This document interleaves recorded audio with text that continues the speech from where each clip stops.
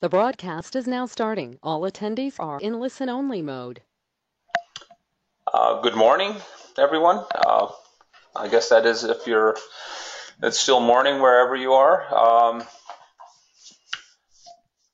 Thank you for joining our webinar this morning. I'd just like to welcome everyone. I know we have a lot of regular attendees, and hopefully we've got a few new participants here. Today's webinar is going to be why you should be running Monte Carlo risk analysis. If you're sitting in for the first time, my name is Michael Trumper. I'm one of the principals here at Intabra Institute and have been working in the area of project and project risk management and software development for about 20 years. Just a little background, Intabra Institute was founded in 2002 and released the first version of Risky Project in 2004. We have and still continue to develop the software to keep up with the latest developments in project risk analysis and risk management. And the version I'm going to be using today when we go into the examples is going to be version 7, which we released at the end of June.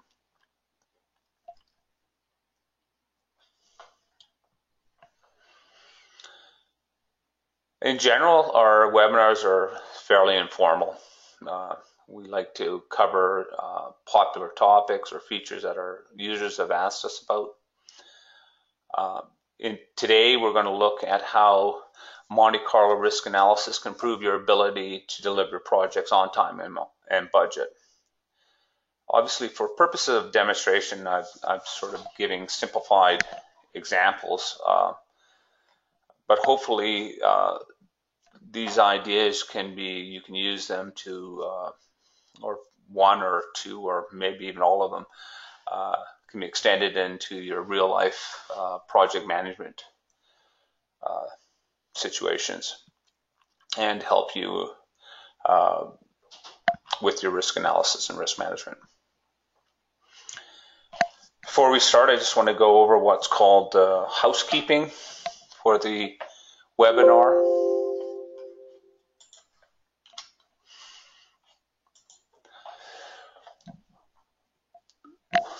You should see a little control panel up in the top right that opens up, and you can select your audio.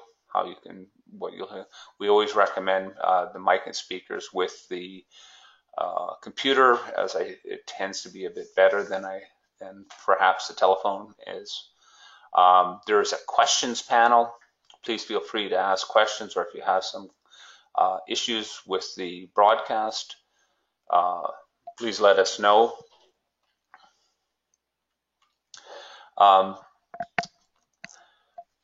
If you have questions or issues with the broadcast itself, you can't hear me or something along those lines, we'll try and address it. We'll look at that right away. However, if you do have questions at the end, we'll have a quick Q&A, and we'll go over and try and answer the questions as they came in. And as always, if you do have something that you want to discuss in greater detail offline, I'd be happy to do that as well at time that's at your convenience.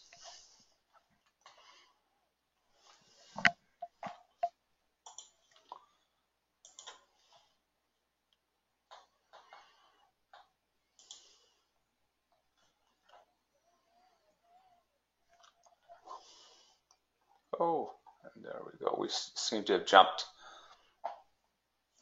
So what are the benefits of, we're just focusing on a few of them today. What are the benefits of Monte Carlo schedule, project, or schedule and cost risk analysis? One of the things is that it allows you to rank risks and how they affect your project.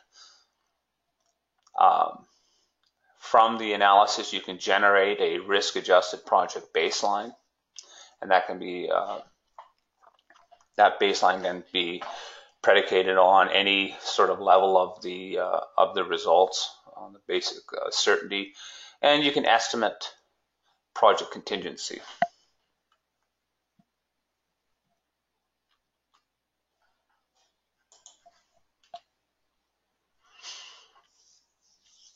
So when we rank risks, what it does is it allows you to,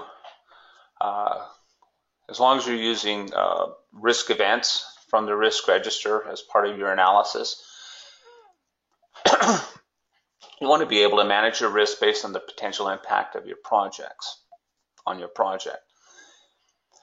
Using the risk register, and most of any, not even just obviously with risky project we do it, but any risk register should be able to rank the risk based on overall impact.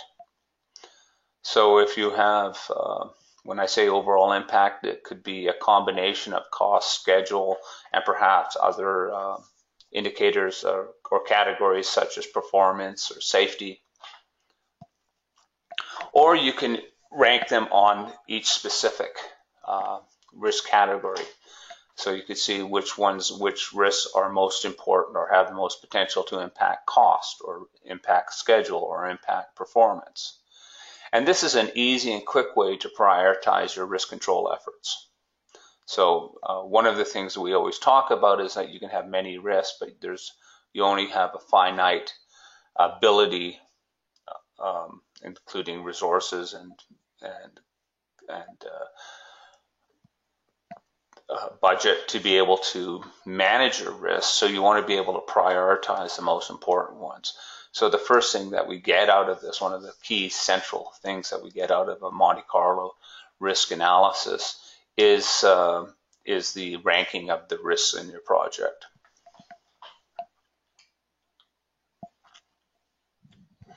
Once we've run that analysis, we can then start to, and a lot of times what people will see is that they'll, when they first do a schedule risk analysis, they'll get a really,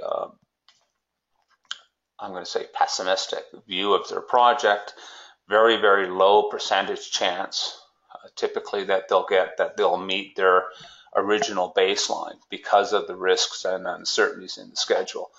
What you can do is once you run the analysis, and what we're seeing right here is the one side of this is what we've got in risky project. And we have, if you can see, we have a Gantt chart with what we call the original baseline, which is that clear white bar, and the risk-adjusted baseline. You can export that baseline out as an XML, do your initial analysis and say, you know what, we need to have a more realistic baseline based upon the risks and uncertainties, and we can export that out as an XML.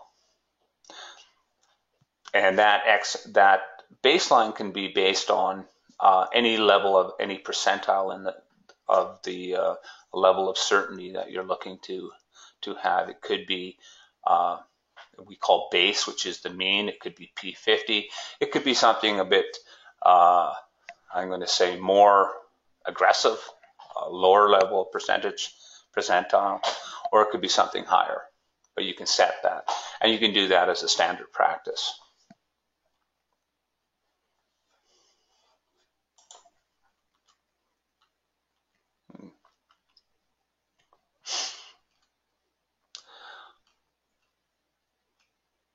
Oh, there we go. So I'm missing one slide here. So what the other thing is that we can do is we can set the contingency management reserve, contingency being cost, and margin being time. We can see this is just a quick view of what that can be. The smaller rectangle area shows us what the original, gives us an idea of what the schedule and cost looks like. And then what we can do is set a standard contingency and margin based on the results of the analysis. Typically what we see that as being P80. So margin contingency would be P80 of the cost that you're getting, and schedule margin would be P80 of the schedule. So you could add those on either at the end of the schedule, or what we recommend is you put them at various deliverables at the end of that as margin tasks. And that allows you to build up what we would call a very risk-adjusted baseline, that you've got enough contingency margin in the schedule to be able to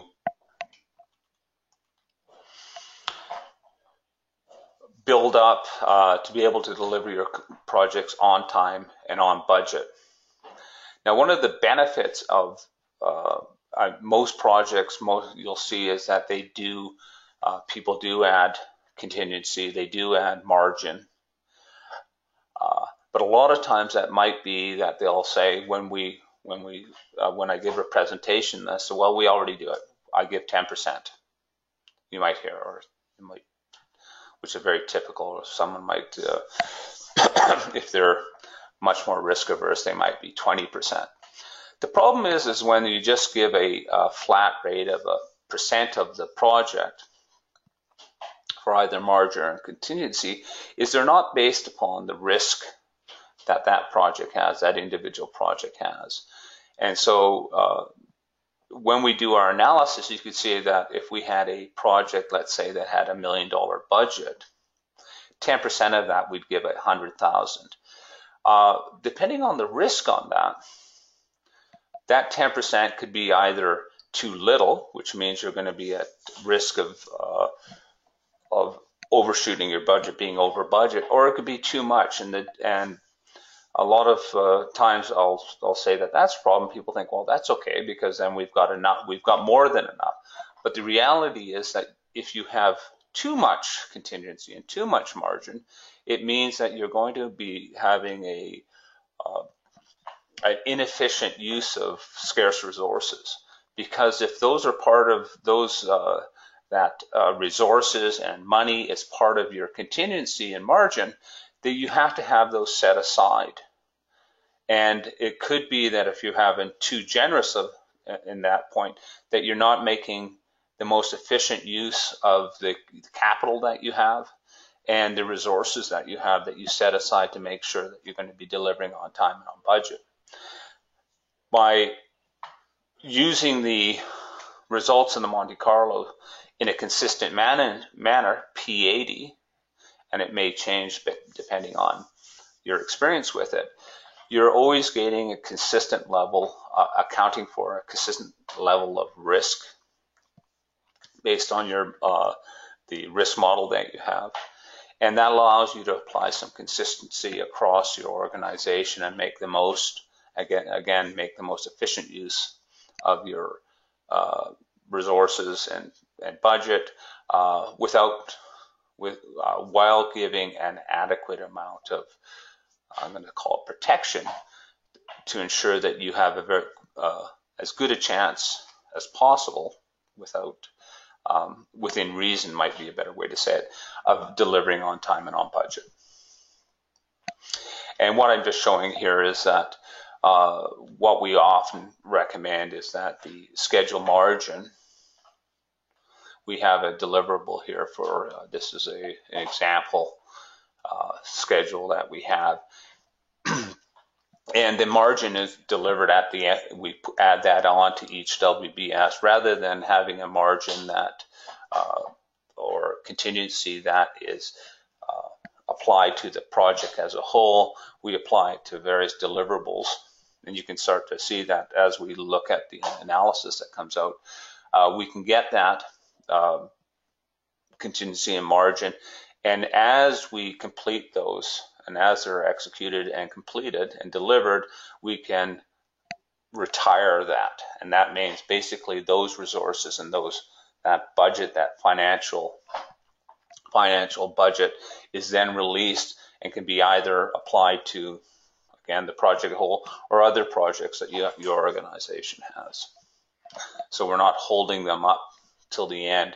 It's not something that so if you're executing on time, on budget, and you're not eating into those margins, you're able to release them, and it becomes a much more efficient use of budget of your organization's resources.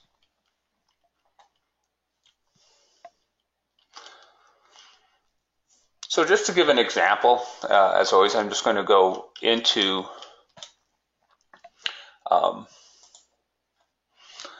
the software. I'll open that up so we can take a quick look at it.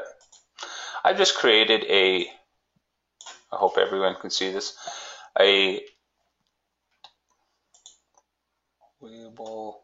let's bring that up a bit. I've just created a simple schedule with some costs, so we'll apply we can see some results of the cost. And I have 3 risks that I'm going to apply to each one. So the first one, we can do just to see how we can rank these risks. I've got this risk, and I'm just going to use the drag and drop to bring it over. And we're just going to apply. Now this risk is going to have a 50% chance, and we'll just give it a uniform of 20% across. We'll also give a relative cost increase. And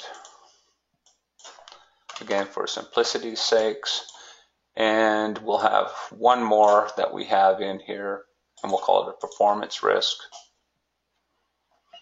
And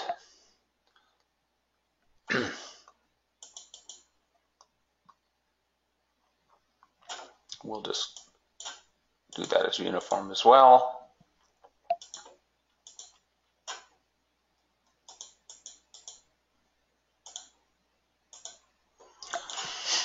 And underlying that, we would understand that 30% might mean what sort of requirements or scope we might have missed on that one. And we can do the same with here, and we'll give it a different probability. Oh, really?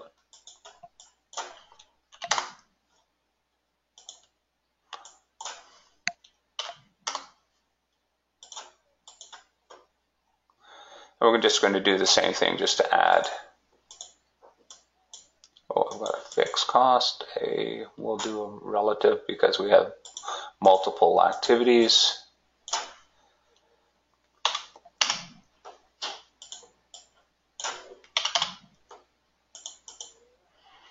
And again, we'll do a performance increase, and this time we'll just say it's, okay.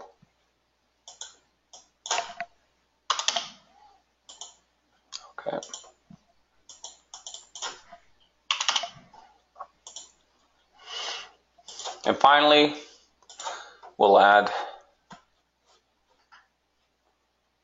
this risk to these set of activities.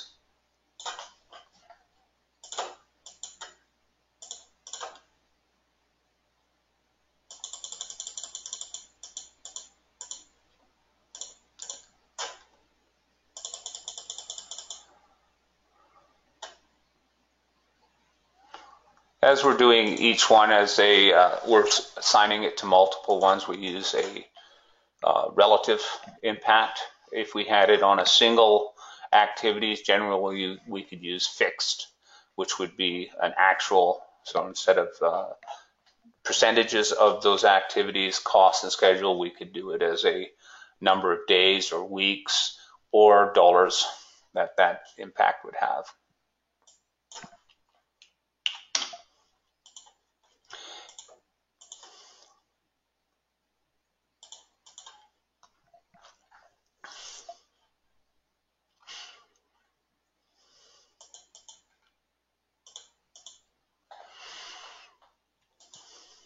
To be quite honest, now I've just I've done that randomly. I'm not quite sure how those will. And we can go to the risk register, and what it's telling us here is that our risk A is our highest, and that's based on the overall score of that. And if you want to understand how the scoring's done, and we do have it in the documentation, but we've also in the new version, we have 2 different types of scoring methods. We can see that in advanced setting. We have the combined impact, or the combined impact, which is the sum of all impacts. Now, this is the one I actually tend to like using when I'm using quantitative risk analysis, as opposed, because it actually does a bit more sophisticated calculation and ranking of the risks based on the risks and any risk weighting that you might have put in the system. This one, the combined impact, is typically used for qualitative risk, where we're taking the highest impact on any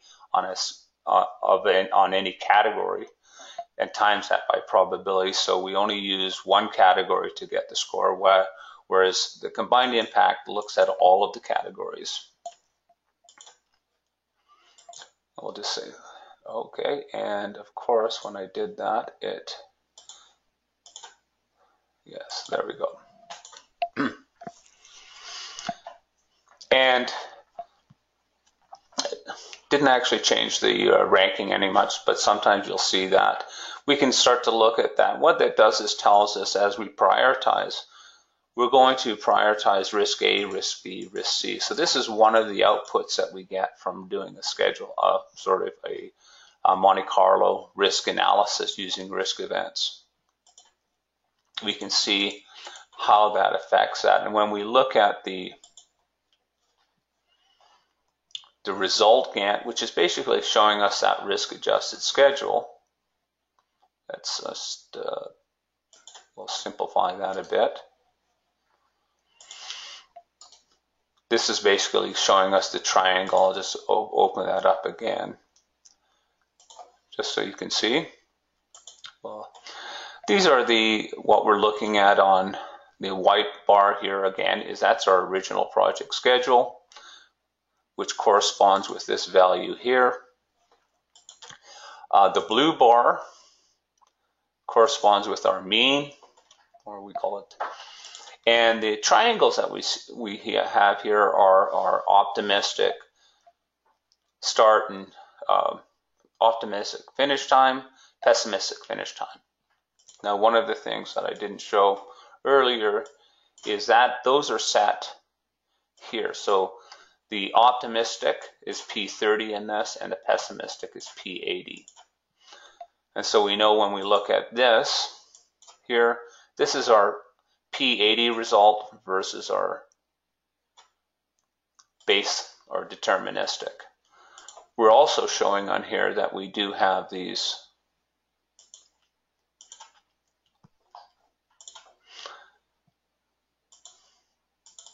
we double click. Those are the risks in the system. We can see how the risks have been assigned to various activities. So they're just a visualization tool. So what we get out of this, and if we just want to, here, what we're doing is we're getting that risk-adjusted schedule based on just the risk events. Now, if we wanted to, and I'll just quickly do this, I'm just going to add a quick uncertainty to this. Reason we do this is a fairly low level of uncertainty. And we can see how that's added here. So we've added uncertainty. One of the reasons why we do this is we have 2 types of different risk in the system. One is what we call uncertainty, you might have heard it, or it could be called aleatory, which means the inherent uncertainty in the activities that it carries. So it could go, that's not caused by the risks that we've entered into the system. So they're not risk events. They're characterized by the uncertainty is that they can't be managed. We can't put in a management plan. There's no way that we can buy down using spending money to find out more about it, to to put in plans about that. They're just inherent in the activity. They could be longer, they could be shorter. Typically in a schedule, we'll see that they tend to have a chance of running longer because we can improve a little, but a activity could take much longer. In fact, theoretically, it could go infinitely. The other side of that is we could do the same on the cost if it called for that, and we can quickly do the same here. And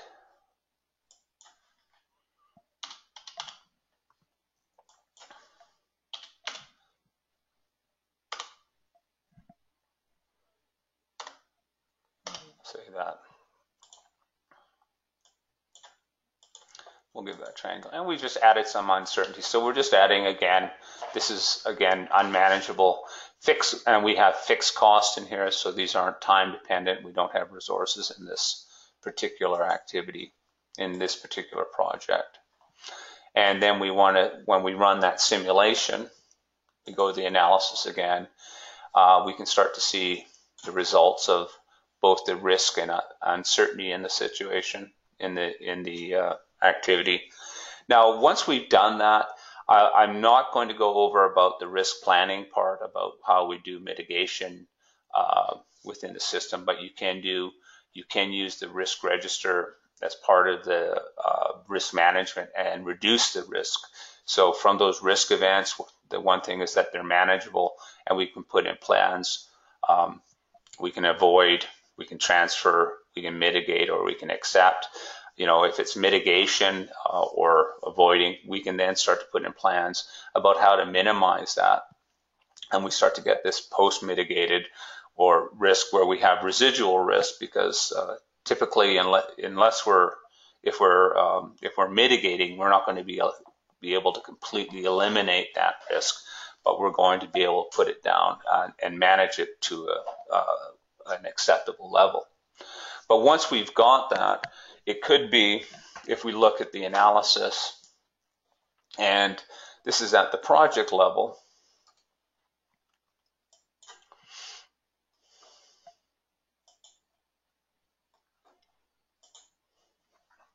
and just take a quick look at that. We have our deterministic is right here, and we can see just from pull the slider over, we have about an 8% chance of meeting that. And it may be that we want to get that and export it out so that we have it at our baseline. So at our baseline right now, we have an 8% chance of meeting that. On the finish time, let me just do the same thing here. It looks like we might even have less of a chance on the finish time. Let's see what it says. 2%, around 2%. If we wanted to look at the detail, we could do the same here and look at where that cumulative prob, and it's really very, very low. So the thing is, now that we've done this analysis, it may be that we want to go out and say, well, the current plan that we have, that perhaps we brought in from Microsoft Project or Primavera, isn't very realistic. Let's take the simulation results and create a more realistic baseline based on these results. And the way that we can do that is by going in, and we can export that. And we're going to export it to an XML file. And I've already got one in there, but we'll overwrite it. And we'll save that. Now we'll say yes. And what this does is it brings up is we can export the deterministic back out, but that won't really help us. The low results, if you remember that we had it set at P30, base results are the mean in the system. So that's the average overall. High results would be P80, or we could do the results based on a percentile. Typically the base results, the mean.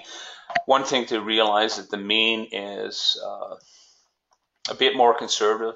If you went to P50, which means you have a sort of a 50-50% chance of making that goal, it's a bit to what we call to the left. It's a bit more. P50 is a bit more aggressive, slightly aggressive. So your choice on how you want to, what sort of level you want to export it, really is based on your own idea. You could also export those results out at your contingency level, just if you wanted to have those in a file. But we're going to choose base results, so it's going to export out the results at the mean level, and we'll go OK. And if we wanted to bring that into, I don't have it in here, but if we wanted to bring it into Microsoft Project, we would just go Open, select XML,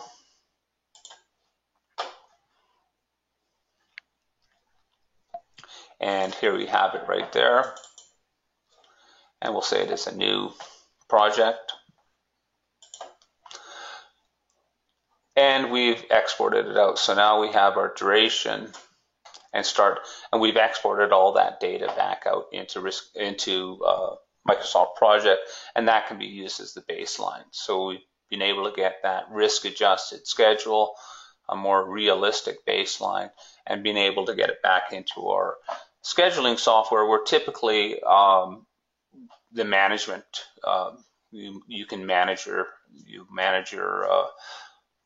project, your schedule, maybe your costs. I'm not sure. That really depends on how you're set up. But you're able to get that get your results from here nice and easily, which are showing us our risk-adjusted schedule, over into here, and you've been able to create a more realistic schedule that'll that you're going to be able to meet more successfully. Now, the last thing is what we can do is we talk about setting contingency. One of the things is we've said when we're setting contingency or management reserve, or well, actually management reserve, or margin, that's for margin for schedule, cost for contingency. What we want to be able to do is set it on a standard level of certainty, which is different than when we talk about percentile, is different than percentage. So when I mentioned is that some people say, well, I always add 10%. If we look at the project summary and we say, what's 10%? Well, this is P80, which is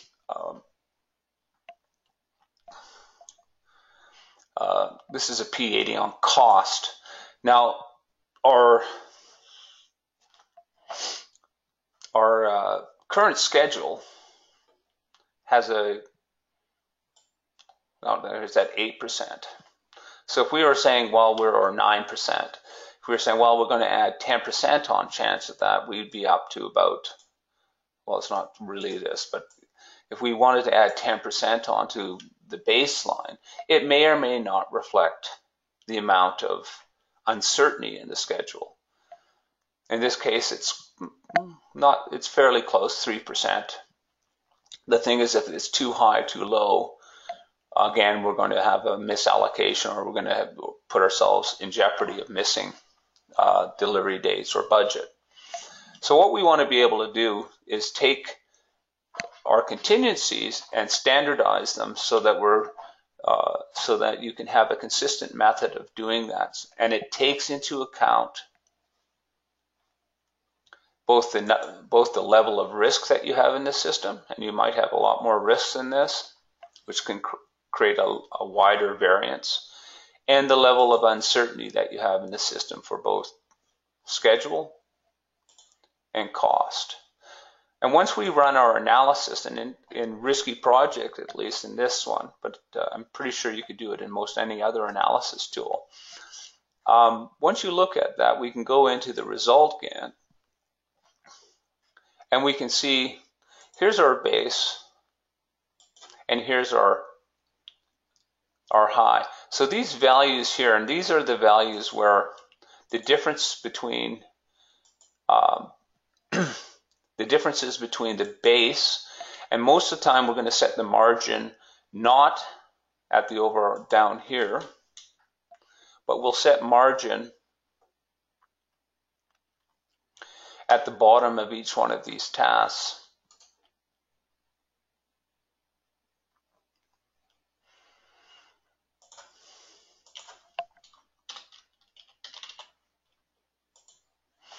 And the margin is going to be the difference. Let's go back in. And our margin is going to be the difference between, oh, sorry, there we go. The margin is going to be the difference between the base and the high duration. So in here, our margin would be 7 days.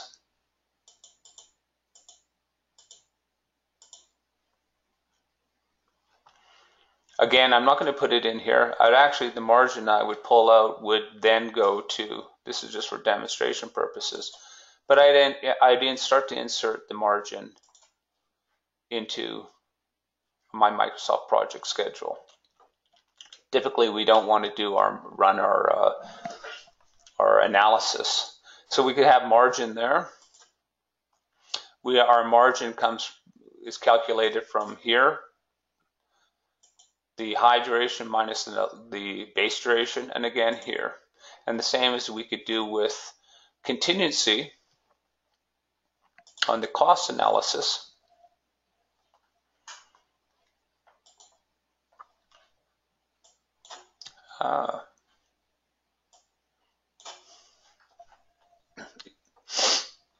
We might see that a bit better result here.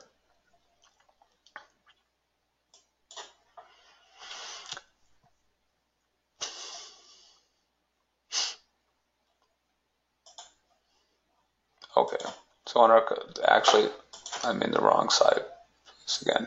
So we go into cost, and if we can start to pull out our cost analysis. I can't find my, there it is.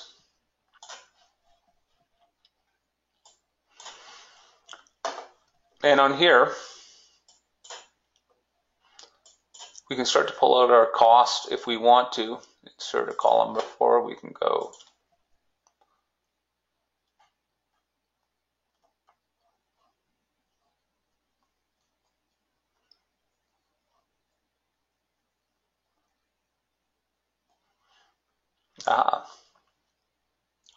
We'll put that one there. That's our cost high. We'll make sure we'll modify this one. That's total cost base. And we can start to see there, here becomes our contingency as the difference between these two values. And so we can start to add those. Interesting. We can start to add those directly into our contingency. And again, if you want to, you can change some of that. I know a lot of times of where management reserve is that overarching that's held off for scope or risks that are not in the original project plan. And a lot of times those might be set at 90 percentile or some value similar to that. But they were able to quickly generate a contingency and margin simply by running the Monte Carlo simulation, and we're able to apply it consistently.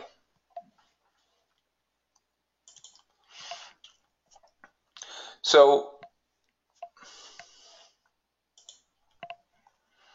what I hope I've been able to show is just with running a Monte Carlo, and I understand that this is a fairly simple example, that a couple of things that you can do that we're going to get right out of it right away. We're going to be able to rank our risks. understand which ones are the most important to our project. And we only have 3 risks here, but if you have 50 risks, that becomes a pretty important thing to be able to understand which ones are most critical, especially on a complex project where the way that you have your risks assigned to the project, it may not be very clear exactly which ones you should need to be focusing on. This ranking, either by what we have, no hierarchy, if we wanted to look at which ones are most important for finish time or cost, we can do that as well. That allows us to quickly analyze that and helps us out with our risk management and risk control. We can quickly take that, and what we do is we get a risk adjusted schedule. We can take that schedule, and using the export, we can export that out, those results out, and import them back into our scheduling tool to provide a more reasonable or risk adjusted schedule. Finally, from the results, we get a standardized, consistent method of providing schedule margin and cost contingency that are based on, and they are based not on a set percentage of the project, as in terms of 5 or 10%, but they're based on a level of certainty. And that certainty is based on a level of risk that you have in that system. So the level of risk, so if you have a project that has a lot of inherent risk and uncertainty in it, 10% of adding just across the board 10% margin, 10% contingency probably will not be enough. If you have a very low level, very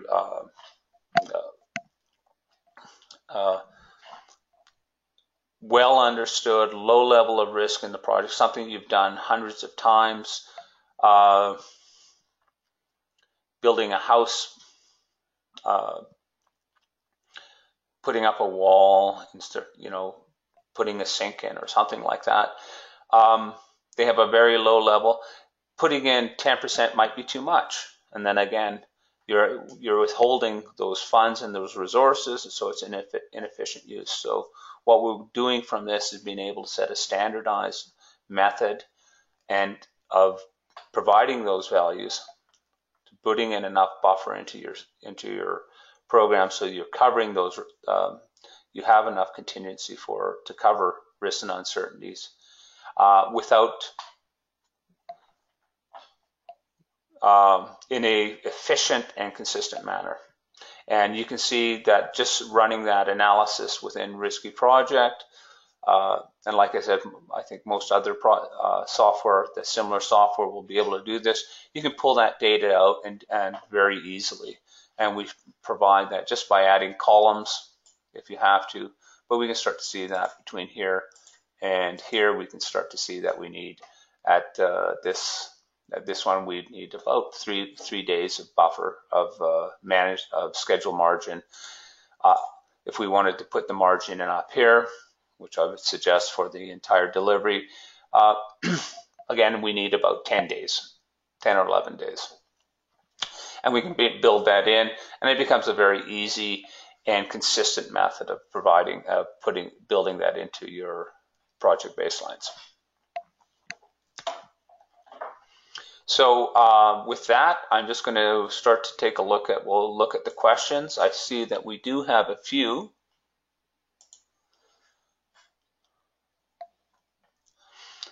First one, do we have, we asked, do you have a schema for import export of XML? So we use the Microsoft Project XML data for import and export. The reason for that is because not because it's any better or worse than anything else, but because it's so ubiquitous. So it's Microsoft, whatever your opinion of it, you get many people like it, many people don't. It's used by so many people that it's become a sort of ubiquitous exchange format for most of the scheduling tools that are on the market. Almost every scheduling tool on the market that we know of supports Microsoft Project XML. It's extremely well understood. It's human readable, which is another thing. So if something has gone wrong or goes wrong, it's easy to find out why it's done that, rather than and it's published. So and because we are able to because of those attributes, we've basically relying on the Microsoft Project XML as our interchange with other scheduling tools.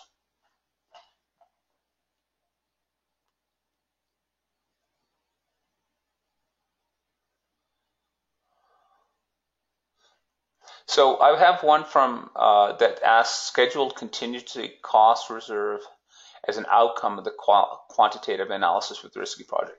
That, yes, that is one of the objectives of that, is that you can do is we have a risk model, and as long as everything is, as long as you're reasonably confident in the risk model that you have, you should be able to get out a consistent cost contingency reserve based on the analysis of the Monte Carlo simulations. And that's what we recommend. And that should be, and really generally what we see is P80 is the value that's used. That's fairly conservative. It gives you, if we wanted to talk about it in other P80, we might say 8 out of 10 times you're going to meet that.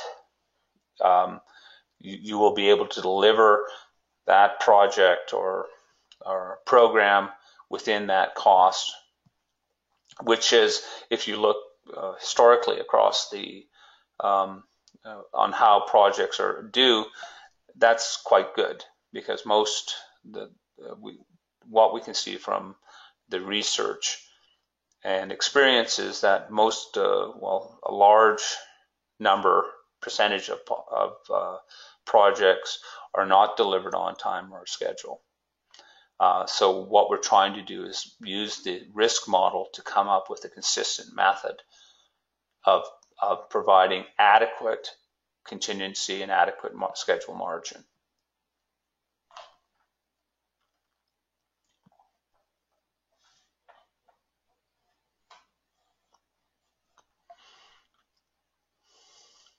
So if there's any other questions at this point, oh, I just saw a few more come in. Applying risk to MPP file.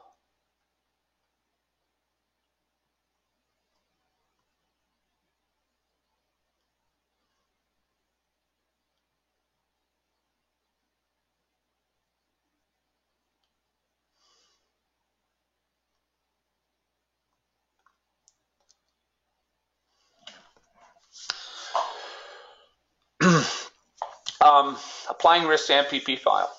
So I've got another one, and this is it's sort of in scope, but it's slightly out of scope. We actually, if we export a file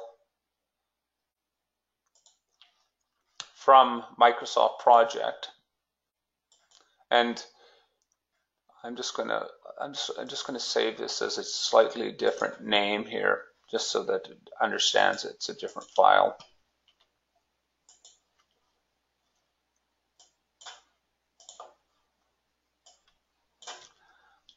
Save, okay. So simply by clicking one of these project results views, it will open up, it exports we've got it back over here as a separate file. Now, one of the things I can do, I'm just going to to get the risks in.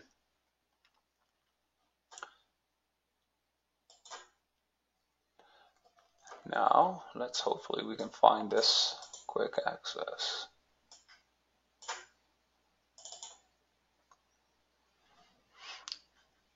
And there.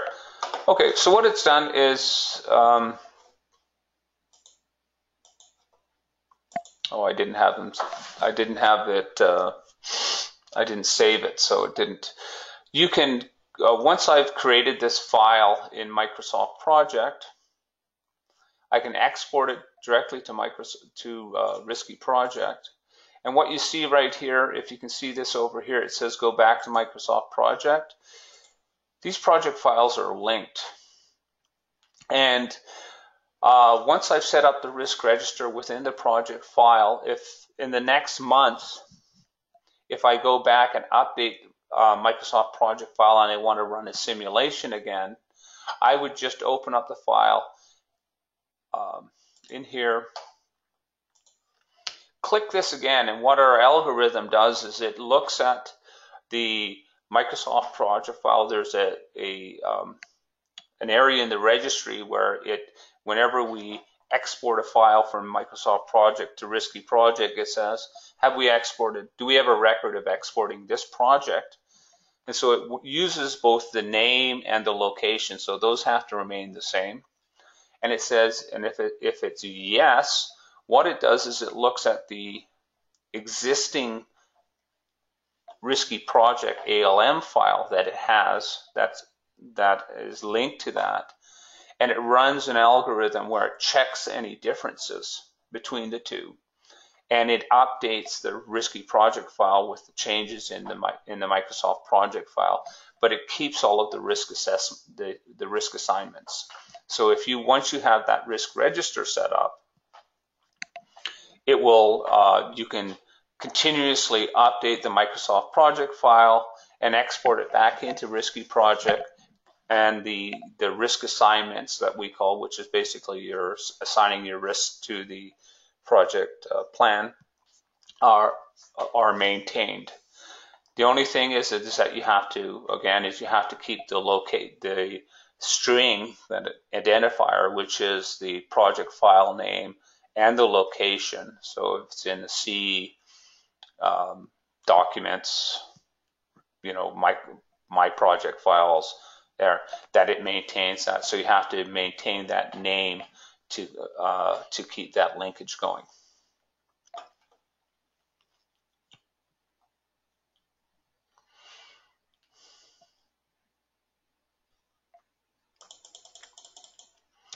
I hope that answered your question.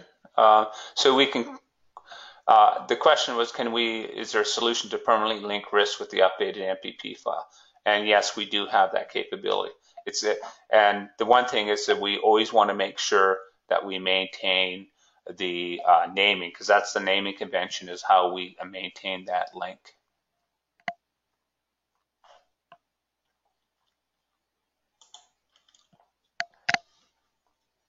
Okay, it looks like we don't have any more questions.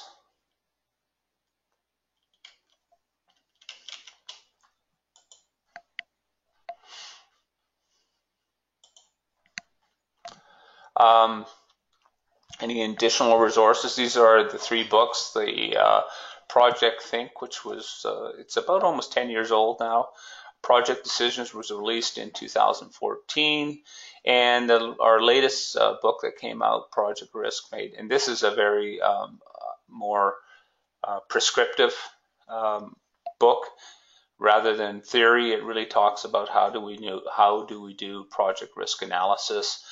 Some of it's simple. It does go into there is some complexity, so I'm not sure that the ridiculously simple is a correct way to characterize it, but it does provide some practical guidance about how to perform project risk analysis, typically quantitative risk analysis,